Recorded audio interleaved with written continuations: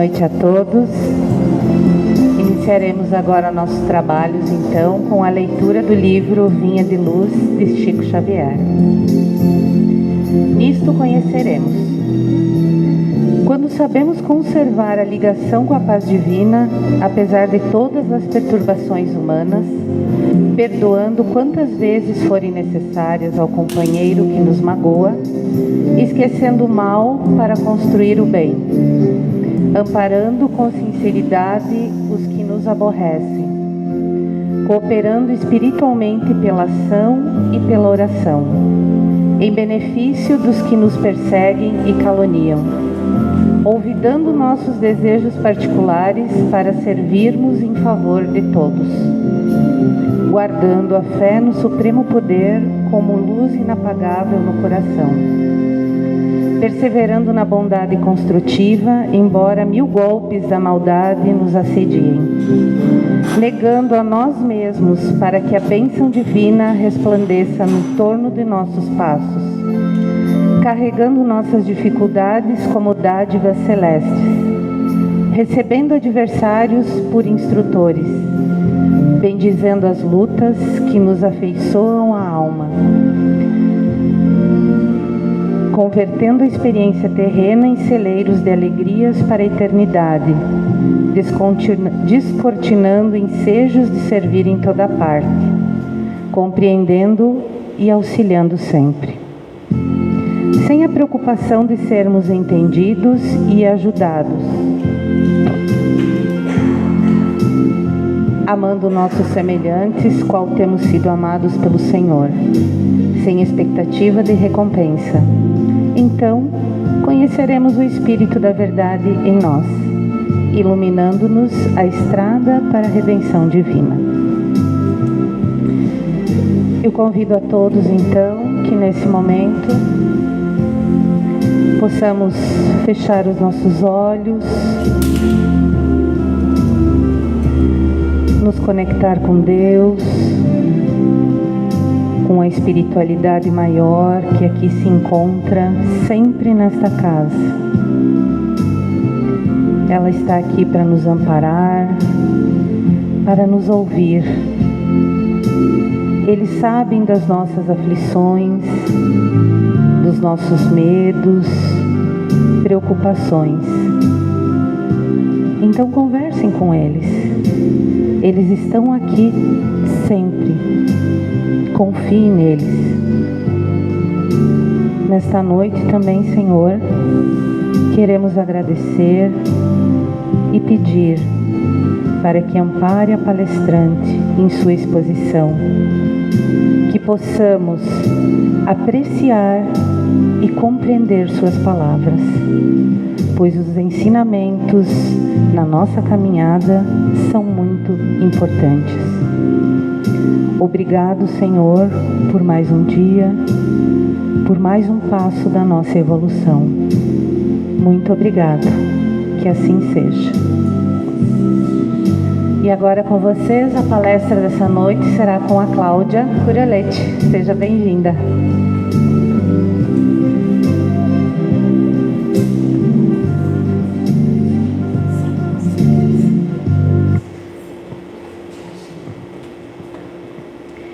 Boa noite a todos, aos que compareceram aqui na Casa Espírita Luz de Jesus e aqueles também que nos acompanham pela transmissão. Bem, como toda semana é discutido um tema, né? E nesta semana, o tema escolhido, o tema eleito para que possamos refletir, aprender e compreender melhor, é um elemento do qual todos nós dispomos, desde o momento em que fomos concebidos até o instante final, quando nós seremos os seres mais evoluídos, do qual ainda não temos a dimensão exata de quando isso se dará, que é o tempo. Nós dispomos desse tempo enquanto seres espirituais que somos, e este tempo, ele advém desta existência só? Claro que não. Esse tempo do qual nós dispomos é o tempo da nossa criação, que nós não sabemos ao certo quando se deu. Por isso, a pergunta de hoje que fica para que cada um de nós, inclusive para que eu também possa refletir, é: como você tem usado o seu tempo?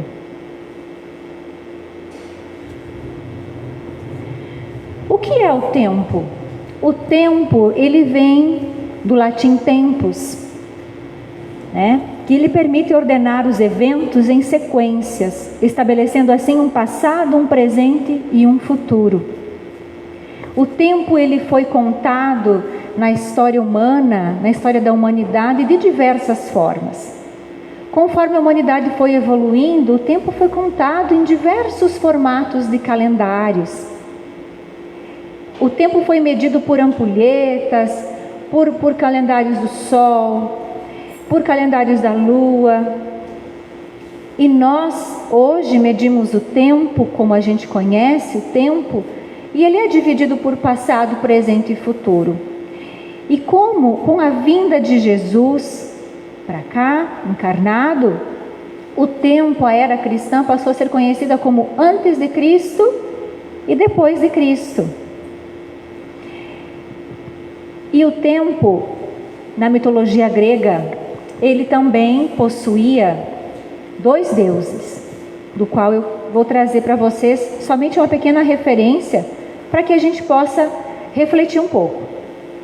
Existia o deus Cronos, que é o deus que a gente conhece mais, porque ele se referia ao tempo cronológico como a gente conhece, o tempo do relógio, o tempo do momento em que as coisas estão acontecendo, o tempo em instantes. E existia o deus Kairos, que é o deus que ninguém conhece muito, ninguém fala muito do deus Kairos, mas ele media o tempo de uma forma diferente. O deus Kairos, ele media o tempo em momentos vivenciados e que ficam marcados na vida de cada um e de cada uma. Então, por vezes, nós vivemos o tempo do deus Cronos e precisamos viver o tempo do deus Cronos. Por quê? Porque nós somos seres materialmente encarnados aqui e nós precisamos seguir uma rotina cronológica dos fatos e das nossas vivências e das ocorrências do dia a dia, sem sombra de dúvida. Então, se nós fôssemos falar de mitologia grega, nós estaríamos utilizando o tempo do deus Cronos. Tem até uns potinhos, né, que são vendidos em milagres do tempo para as mulheres, né? Então, o creme dos sinais, antissinais, não é verdade? Porque é como se houvesse uma tentativa de barrar esse tempo. Porém, o tempo do deus Kairos é o tempo em que a gente carrega no coração. É o tempo que a gente carrega aquela memória e que ficou marcada na nossa vida. Aquela lembrança de infância, aquele momento bom ou ruim que nos marcou tanto. São as ocorrências que ficam registradas. A gente não registra tudo aquilo que acontece no dia a dia. A gente registra e guarda aquilo que nos foi mais marcante, não é verdade? Então esse é o tempo marcado pelo deus Kairos. E por que essa reflexão do deus Cronos e do deus Kairos? Por que a gente fala disso? Porque é importante que a gente perceba o tempo de maneiras diversas, né? O tempo, ele é igual para todos. O tempo, ele é dividido num dia, por exemplo, tem 24 horas e 6 minutos de acordo com a rotação do nosso planeta. Então, a cada 6 anos nós temos o ano bissexto, para compensar os 6 minutos, mas o dia tem o mesmo tempo para mim, para cada um de vocês. Só que ele passa. Será que ele passa da mesma maneira? Será que a gente ocupa essas 24 horas da mesma forma? É certo que não. Tem momentos em que o tempo passa mais rápido ou mais devagar, não é? Então, na infância, parece que o tempo não passa, a gente não se atenta ao tempo. Se a gente lembrar da nossa fase da infância, a gente vivia aquele instante, aquele momento. A criança, ela é fixada em viver o presente, o momento que ela está ali. Ela pode brigar com o amiguinho agora e dizer: eu odeio você, não quero mais brincar com você. Daqui 5 minutos elas estão brincando de novo, porque ela vive o momento presente, o momento do instante que está acontecendo. É aquilo que a gente dizia em outra fala, em outro momento, sobre a criança não saber adiar uma gratificação. Se você prometer um pirulito para a semana que vem, um sorvete para a semana que vem, ela quer agora, porque ela não tem essa dimensão do tempo. E à medida em que nós vamos crescendo, nós vamos evoluindo, avançando em idade, o tempo ele passa de outra forma. Os adolescentes, eles dizem: não vejo a hora de fazer 18 anos.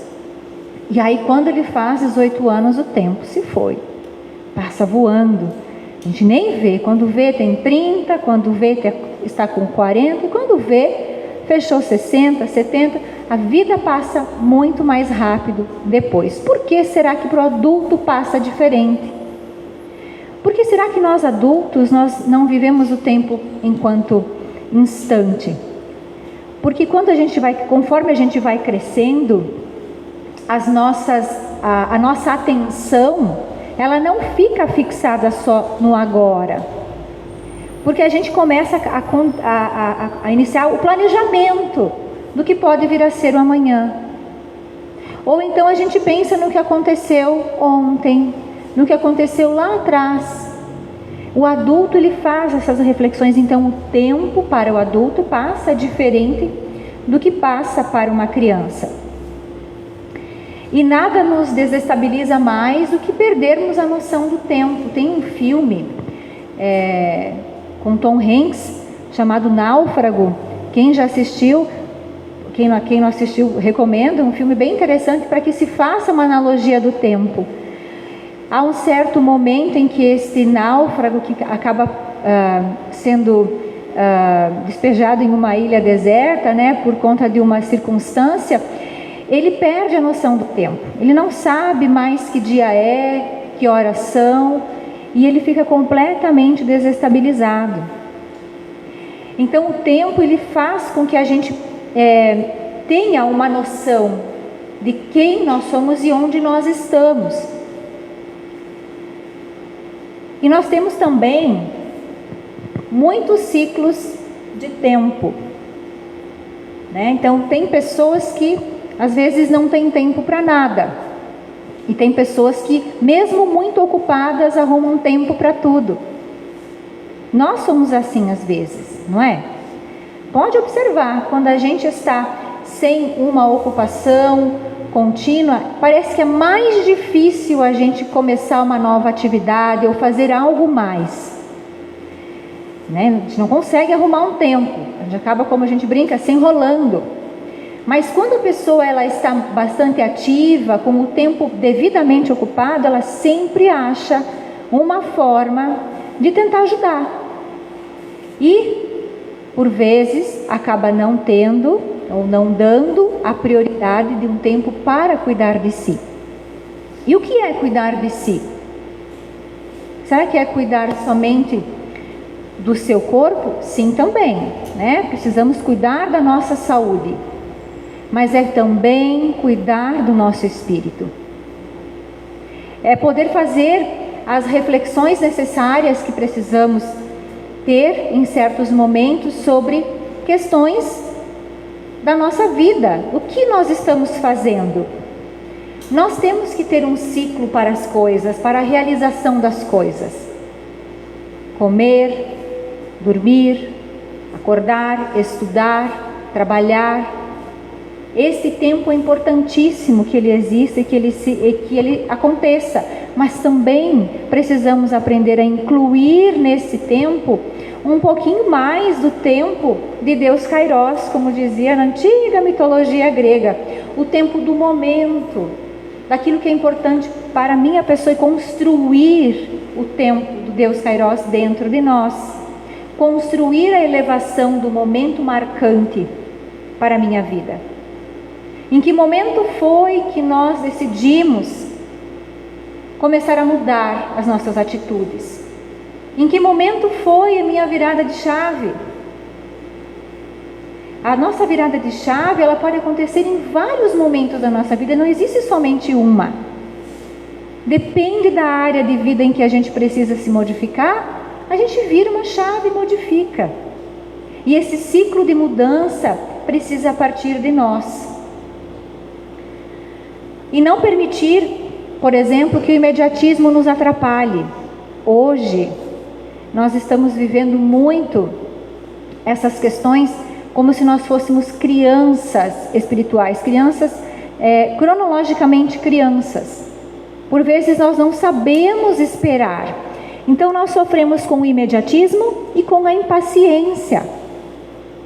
Só quem já teve, nos últimos tempos, uma internet lenta e que precisou navegar nela, e ela não roda, qual é a sensação que dá naquele momento? Sem a menor sombra de dúvida, é a sensação da impaciência, da intolerância. Porque nós não podemos perder 3 minutos para fazer o download de um arquivo, jamais. Tem que ser 10 segundos e olhe lá.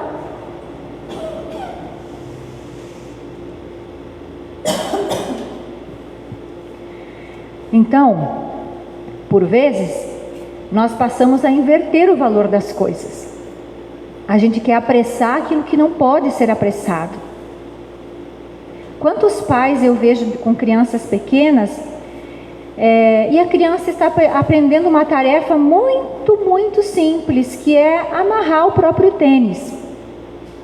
Para nós adultos é uma tarefa fácil, extremamente fácil, a gente faz sem olhar, né? Rapidão ali, mas para a criança que está aprendendo a desenvolver a sua motricidade fina, é uma tarefa gigantesca e que vai demandar para ela um esforço em um tempo maior. E aí a gente, os adultos, diz assim: rápido, vamos, a gente vai atrasar. Aí a gente acelera aquela criança e ela fica nervosa. E aí o adulto diz: ai, você é muito lento, deixa que eu faço. Essa fala é muito corriqueira. Ela acontece dentro das nossas casas. Só que nós estamos vivendo o tempo de quem? Nós estamos sabendo respeitar o nosso tempo e o tempo do outro nessa circunstância? Será que a gente quer tudo rápido demais? São reflexões importantes que a gente precisa fazer. As pessoas, elas não são máquinas de fazer dinheiro. Nós não somos robôs.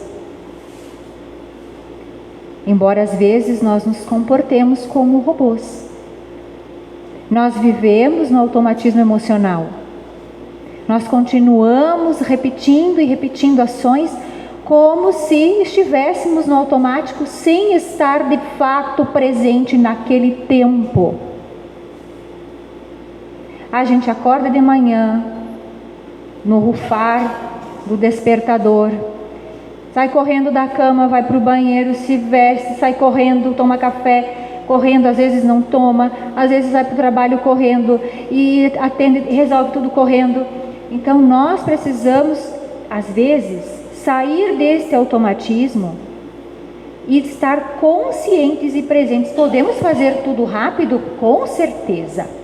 Principalmente porque nós trabalhamos com cronologia, com um relógio, com uma organização temporal de 24 horas por dia. Mas nós precisamos e podemos fazer rápido, mas com consciência e no estado presente. Isso diminuiria muito a nossa ansiedade. E por quais metas nós estamos lutando? Será que são metas que eu desejo de fato? São metas alinhadas com o meu propósito reencarnatório?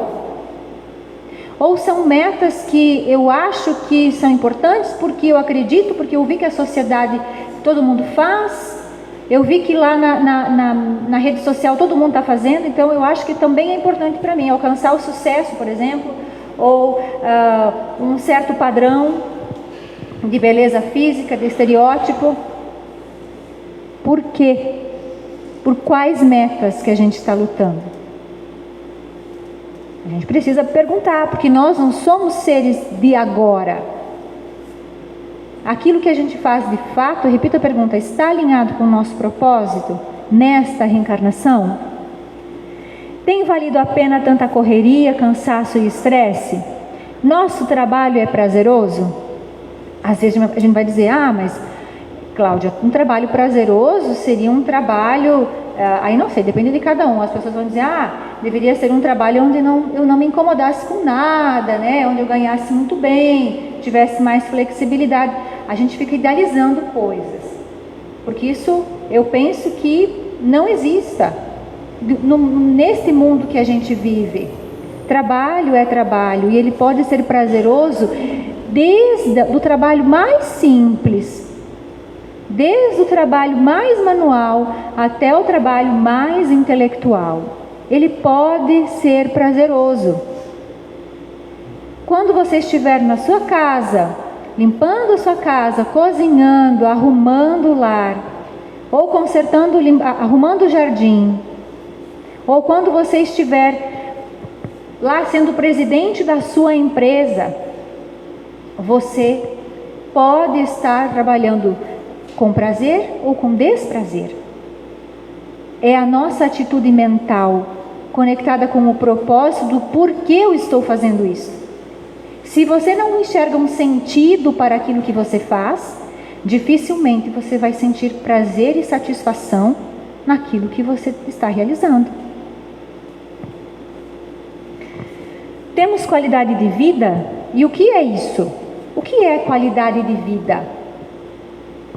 Então, ou será que a gente está perdendo muito tempo com futilidades, com coisas que não estão nos agregando emocionalmente, nem espiritualmente?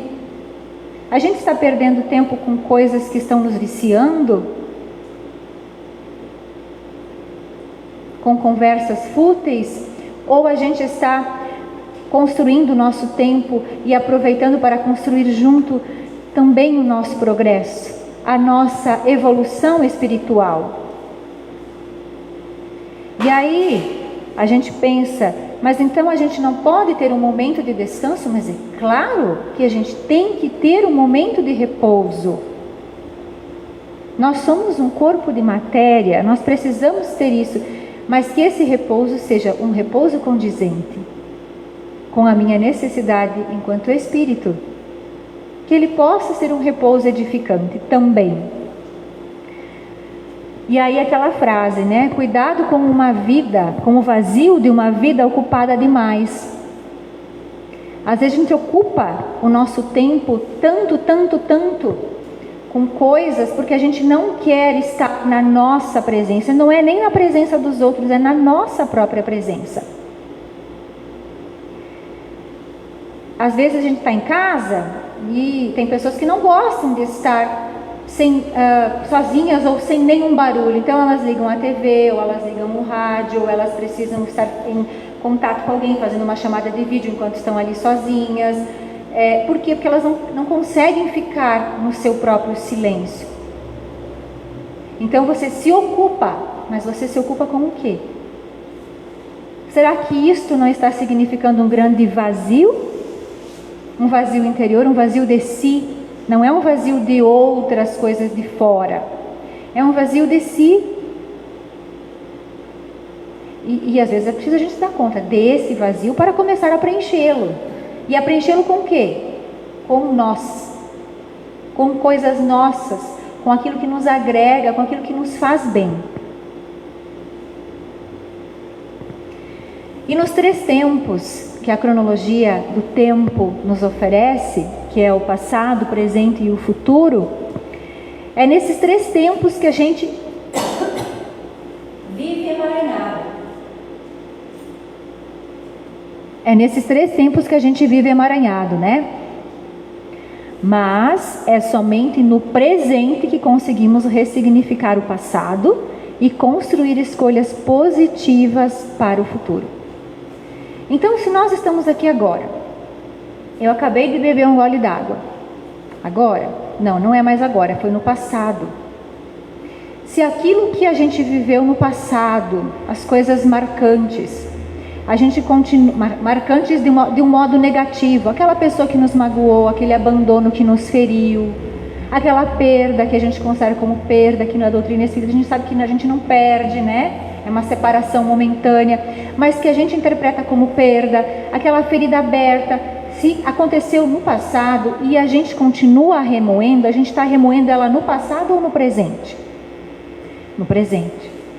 Então a gente está trazendo um passado para o presente, mas um passado mal resolvido. E é impossível a gente, aliás, é possível deixar esse passado no passado? Eu penso que não, porque a gente constrói a nossa história com a vida que a gente teve até aqui. Nós somos produto dessa história. Então o passado ele está conosco. Só que o passado ele pode ser ressignificado. O que é ressignificar, né? É dar um novo significado afetivo para aquilo que nos machucou. Então, se no passado temos algo que mexeu conosco, que nos causou um sofrimento, a gente pode resolver isso agora, dando para aquilo um novo significado. E o futuro? A gente vive o futuro? Não, a gente vive o presente. Mas o futuro existe? Existe. Se daqui 1 minuto eu desencarnar, eu estarei vivendo no futuro, mas em outro plano. Mas o presente, é no presente que a gente vive o futuro. Só que quando a gente vive um excesso de futuro no presente, a gente tem o fenômeno falado muito na atualidade que se chama ansiedade. Porque a gente traz uma necessidade de antecipar esse futuro. Uma necessidade exacerbada de trazer o futuro para agora. Vamos pensar assim. Se nós tivéssemos aqui um formigueiro e a gente tivesse que pôr a nossa mão dentro desse formigueiro e segurar ela por 1 minuto, esse 1 minuto de tempo passaria rápido ou devagar? Uma eternidade, né, gente? Levaria um tempão, poxa vida. 1 minuto com a mão ali, né, as formigas picando a gente. Mas o que significa 1 minuto de tempo com alguém que a gente ama? 1 minuto. É pouco ou bastante? Passa rápido ou devagar? Passa rápido. Porque flui. Porque rende. Porque é prazeroso. Né? Então, é preciso que a gente observe as preocupações e classifique elas como necessárias ou desnecessárias.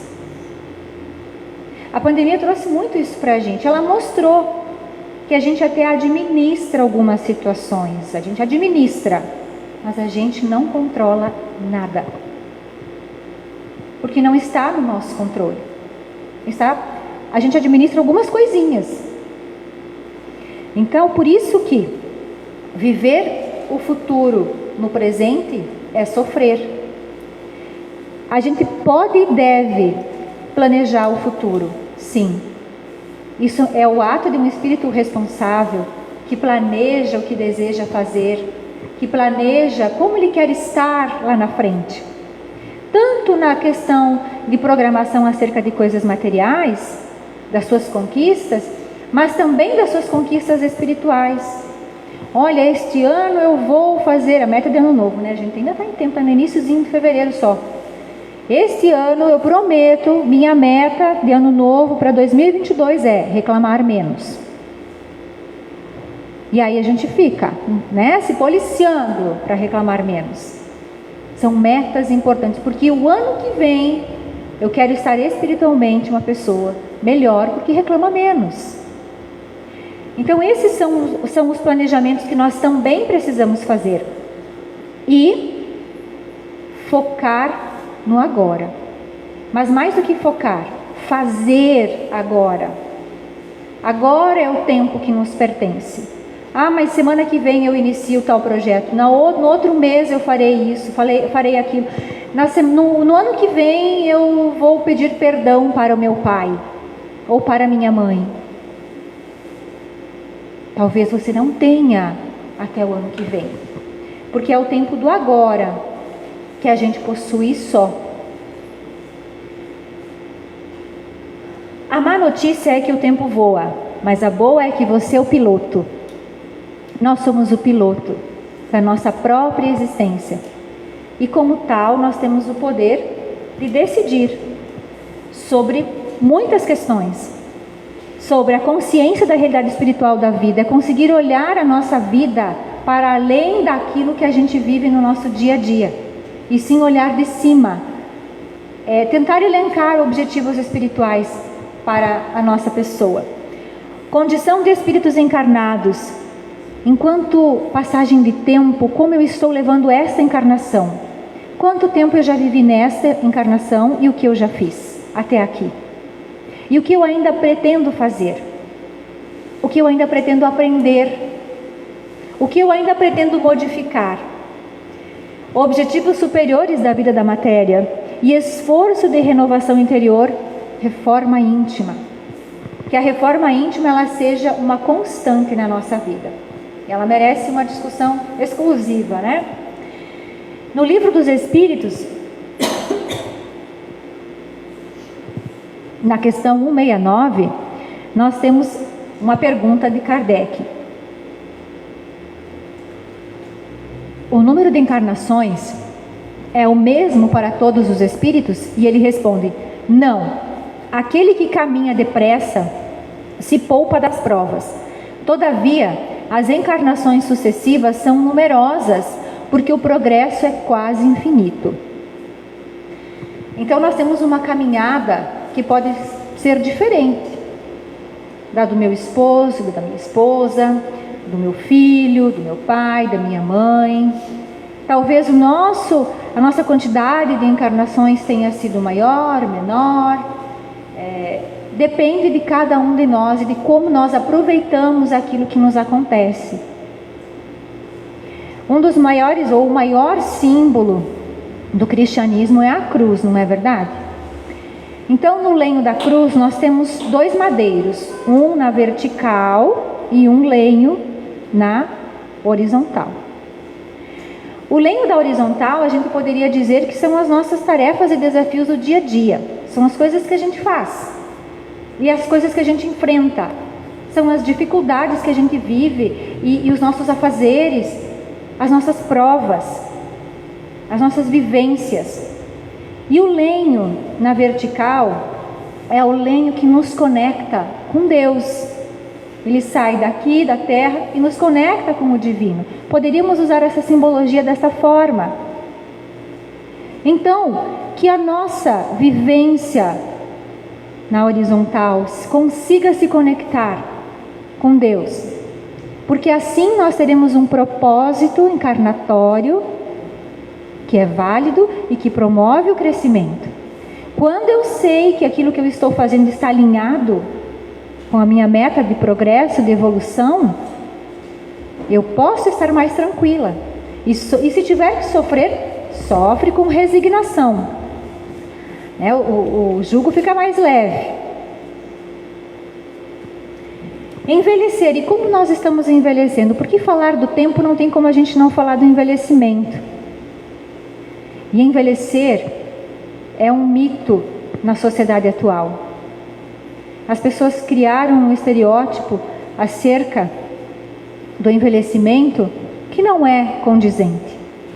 As pessoas não querem mais envelhecer. Elas têm medo de envelhecer. E nós precisamos aproveitar essa fase maravilhosa que o tempo nos traz com muita sabedoria e compreendendo que se talvez nós tivéssemos o corpo de 18 anos pela encarnação inteira, nós cometeríamos as mesmas imaturidades que cometíamos aos 18 anos. Então, cada fase da nossa vida, ela traz desafios diferentes. E é o tempo que nos ensina isso. E aí então, será que a gente aceita esta passagem do tempo na nossa vida ou a gente se aflige com ela? Como você enfrenta a passagem do tempo? Porque todos nós enfrentamos a passagem do tempo. Mesmo quem é jovem e que olha para frente, vai chegar lá. Então o tempo passa para todos nós.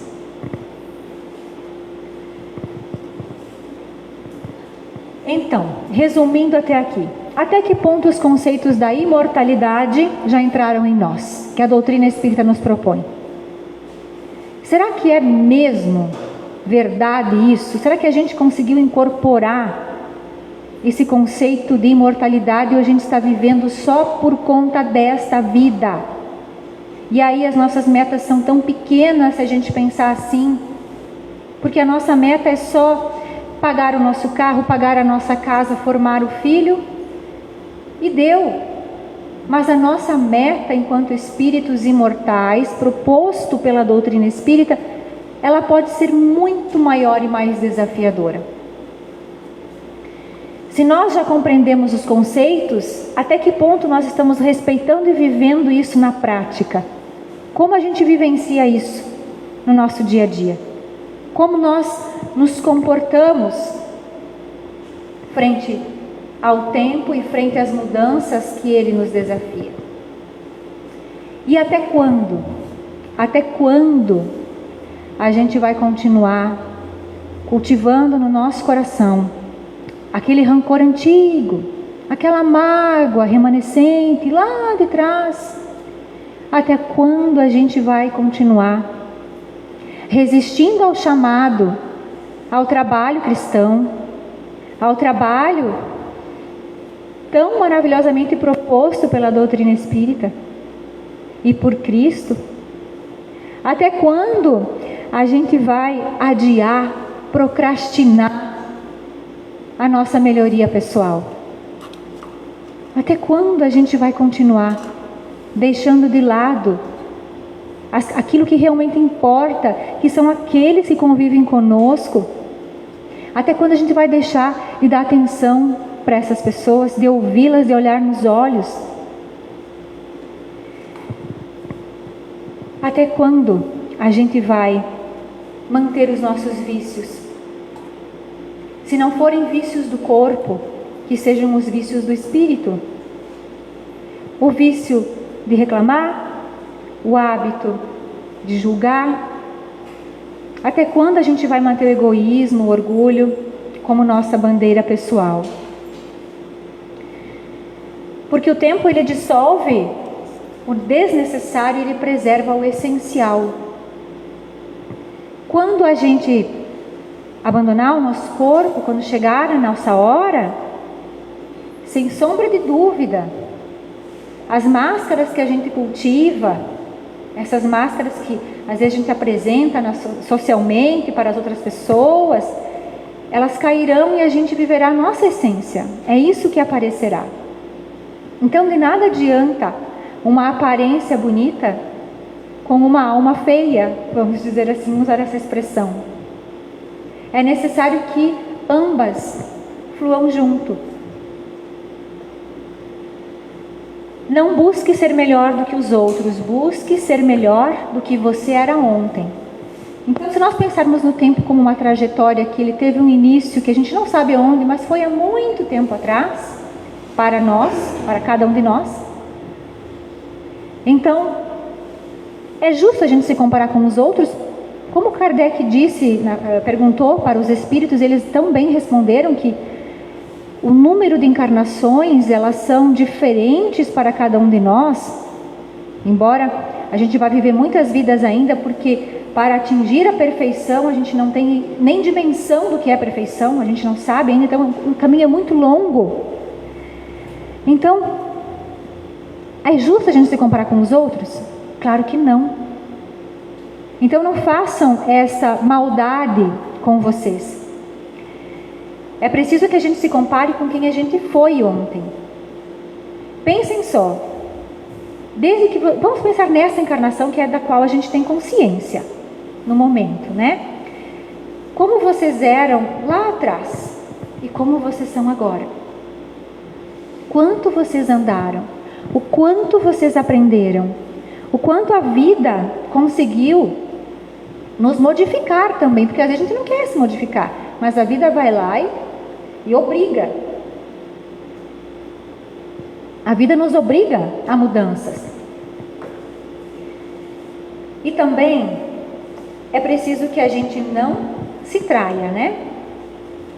Porque quando a gente sabe o que é melhor pra gente e a gente não faz aquilo que é melhor, a gente está se traindo. Se você sabe o que é melhor para você, largar aquele caminho sem virtude, ou então de vícios, ou então de comportamentos errados, mas você continua cultivando isso, você está se traindo.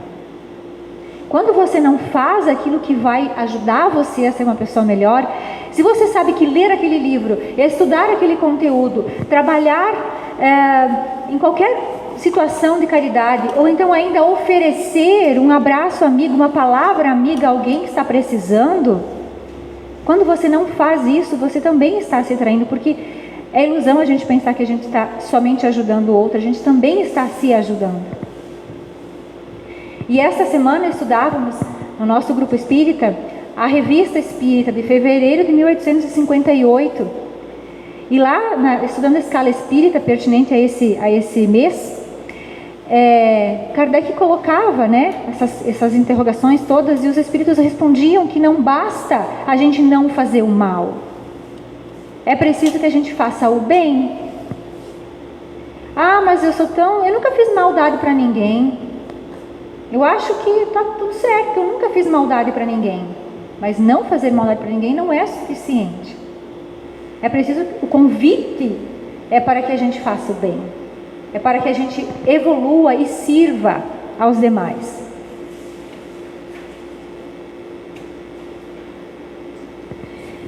Tem uma música de Almir Sater, e aquela música Tocando em Frente, todo mundo conhece, né? Ela é belíssima e tem um trecho dessa música que ela combina bem com a nossa fala da noite, que diz assim, eu não vou cantar para não estragar a música, viu gente? Eu vou ler, fiquem tranquilos. Todo mundo ama um dia, todo mundo chora. Um dia a gente chega e no outro vai embora. Cada um de nós compõe a sua história e cada ser em si carrega o dom de ser capaz de ser feliz. Cada um de nós compõe a sua história. E para que isso aconteça, é preciso que a gente respeite e aproveite o tempo. Esse tempo bem vivido e bem aproveitado. E em seguida mais um trecho de uma música chamada Paciência, de composição de Lenine. Será que é tempo que lhe falta para perceber? Será que temos esse tempo para perder? E quem quer saber? A vida é tão rara. Será que temos esse tempo para perder? Se esse minuto que a gente está aqui não volta, a gente não tem esse tempo para perder. E aí o convite que fica é para que a gente cresça, é para que a gente use o nosso tempo a nosso favor. E que possamos fazer o melhor que pudermos, que sejamos o melhor que pudermos. E o nosso resultado disso vai ser proporcional ao esforço que a gente empreender. Se a gente tira um tempo tão especial para planejar um período, sei lá, de 15, 20, 30 dias de férias numa viagem, porque a gente tira isso, né? Senta lá, tá, nós vamos viajar para tal cidade. Aí nós vamos ficar no tal hotel, nós vamos pegar tal voo. Lá nós vamos fazer esse passeio, vai ser muito legal. E todo mundo vai muito empolgado para as férias, com tudo muito organizado. Que tal tirarmos essa mesma vontade, esse desejo de organizar as férias que a gente tem, para também organizarmos e planejarmos essa viagem que é a vida. Neste tempo que temos, que é o nosso tempo, que é o tempo necessário, que precisamos para evoluir e crescer. Que saibamos usar. esse tempo com sabedoria, assim como aquele homem atemporal que foi Jesus, soube usar e mostrar através do seu exemplo que todo tempo é um tempo útil e necessário. Muito obrigada, gente.